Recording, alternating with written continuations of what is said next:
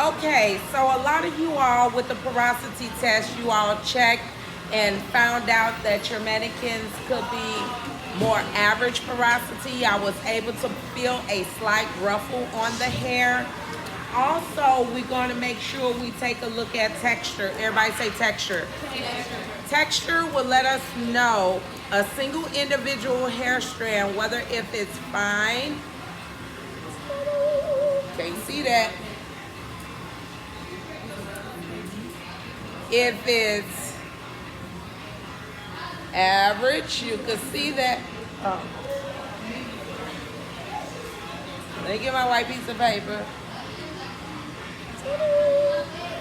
That's like average or medium. I'm just kind of creating an illusion, okay, y'all? I know this got more hair strands.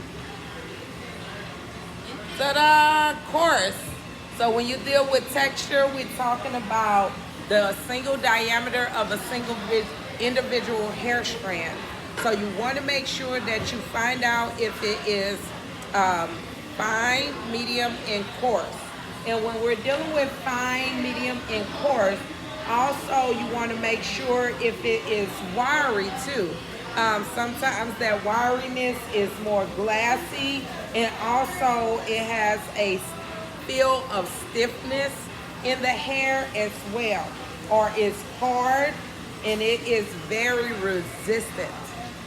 Now, when we're looking at elasticity, everybody say elasticity. Elasticity. You're going to take strand of hair and you want to make sure that you grab a few strands and you're going to hold it at the base and on the ends and take it and bounce it back and forth. That lets us know if it is normal or if it is weak. So therefore it can be strong or weak or normal and low. So if no hair is popping out, then we know that it's what? Which one? I just gave y'all strong, and what's the other one? Weak. No, that's opposite. Normals. Okay, so if it doesn't break off, it's what? Strong or normal. Okay. Now, if it does start popping off, that means that it's what? Weak and low. Weak and low. Okay, so those will be the two. Make sure you jot that down. You can use either one. So if the hair begins to start breaking off prior to me doing a hair color, will I go in and the hair is just popping off? Would you go in and color the hair or pre-lighten the hair? No, because it's what? Okay, it's low. It's already damaged. It's damaged, yes.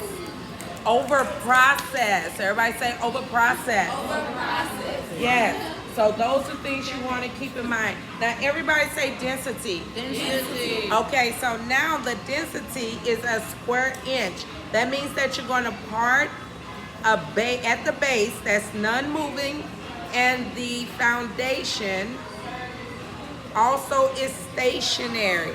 You're going to take that hair and hold that hair up. If you could see through this hair, that means that it is thin. If you can't see through it, it means that it is thick. Okay? So this will be what? Everybody? Thick.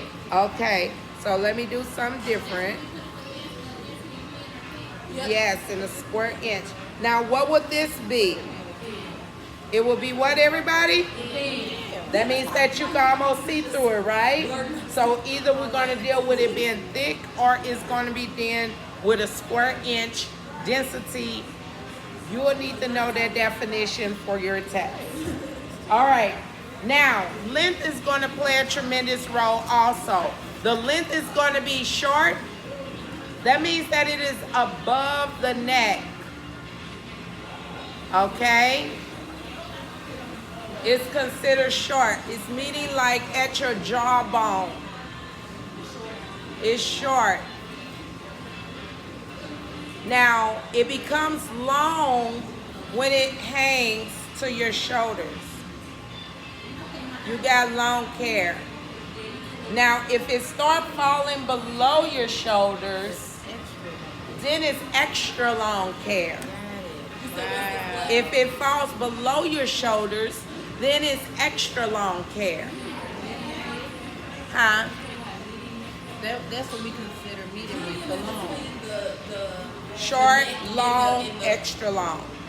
So it's the jaw, the shoulder, And then you got it gets longer than that. I took a picture, somebody used a great diagram on Pinterest, and I screenshot it. I have to look it up and find out what they call the hair that's down to the feet. I don't know what I can't think. I don't know. I'll look it up and find out. Also, when we're talking about scalp condition, everybody say scalp condition. You want to make sure that they don't have pediculosis cavities. So therefore, that is what we call head lice, right? Everybody say head lice. Head lice. So you want to make sure you check that you don't see any type of infestation in the hair. Also, tinea capitis. Everybody say tinea capitis. That means that we're talking about ringworm, something that pussy, that's oozing out. You don't want to put anything on their head also, right? If it has any abrasions, so if it has abrasions, you don't want to put no chemical on there. That means if they have stitches in their head, you don't want to put no chemical on there. That means that it's open. Their skin is open. Their epidermis is open and it has some exposure to the dermis, all right? Now, another thing that we want to make sure that we look for in scalp is dandruff. Everybody say melasthesia. Melasthesia. Okay, so therefore we want to make sure that they don't have dandruff. We talking about oily, well, they can have dandruff, but you want to make sure you record if they have oily dandruff. That's one. Dry dandruff, flakes. These are terms that you want to make sure you write down. Furuncle, carbuncle, psoriasis,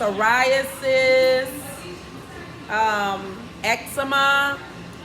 You just want to make sure all scalp conditions, skin conditions, guess what? Scabies. Okay. Chiggers. Some of you all might be in a place where it's a lot of woody areas and where chiggers be at, and you got clients that love to be out in the woody areas. They lay eggs in your skin like, oh my God. Chiggers. Oh no. Okay. So everybody understand, right? So we're going to go to our mannequins and we're going to continue with the analyzation of the scalp, and we're going to continue to move forward. Are y'all ready for this? Everybody say, yeah! No. And then I need somebody to say, Okay.